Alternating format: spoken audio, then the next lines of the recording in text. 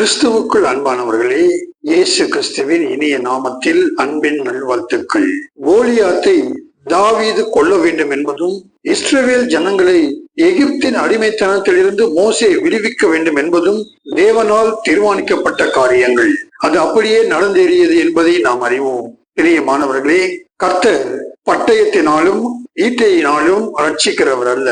காரணம், அவரை முழு மனதோடு ஏற்றுக்கொண்டு அவர் வழியில் நடக்கிற ஒவ்வொருவருக்கும் கர்த்தரே யுத்தம் செய்து ஜெயத்தை கொடுக்க வல்லவர் என்பது சத்தியம். கோலியாத்தை கொண்டு போட தாவீதின் கையில் இருந்தது 3 கூழாங்கற்களும் கல்லை அடிக்க ஒரு கவனியும் தான். அதிலே தாவீது ஒரே ஒரு கல்லை பயன்படுத்தி கோலியாத்தை சாய்த்தான்.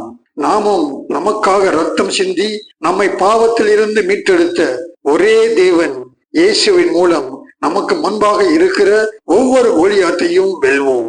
யுத்தம் கர்த்தருடையது என்று அந்த யுத்த களத்திற்கு முன்பாக தாவீது அறிக்கை செய்துவிட்டு ஒரு கூழாங்கல்லை கவனியில் வைத்து அடிக்கிறான். கல் கோலியாத்தின் நெற்றியை பதம் பார்க்க கோலியாத் அலறிக்கொண்டே கீழே விழுகின்றான்.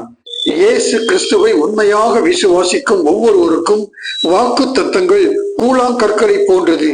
விசுவாசத்தோடு வாக்கு தத்தங்களை பேசுகிற போது நமக்கு முன்பாக எத்தனை கோலியாத் இருந்தாலும் அவர்களை எல்லாம் நிர்மூலமாக்கி ஜெயத்தை கொடுக்க வல்லமை உள்ள தேவன் நம் தேவன்.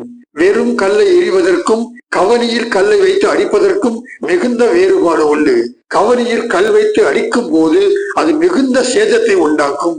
ஆகையால் பிரியமானவர்களே, நாமும் கவனியில் கல் வைத்து அடிப்பது போல விசுவாசத்தோடு வாக்கு தத்தங்களை தேவ சமூகத்தில் அறிக்கை செய்து நமக்கு முன்பாக இருக்கிற ஒவ்வொரு கோலியத்தையும் முறியடிக்கும் தாவீதாக நாம் மாறுவோம். கர்த்தர் தாமே நம்மோடு கூட இருந்து நமக்காக யுத்தம் செய்வாராக.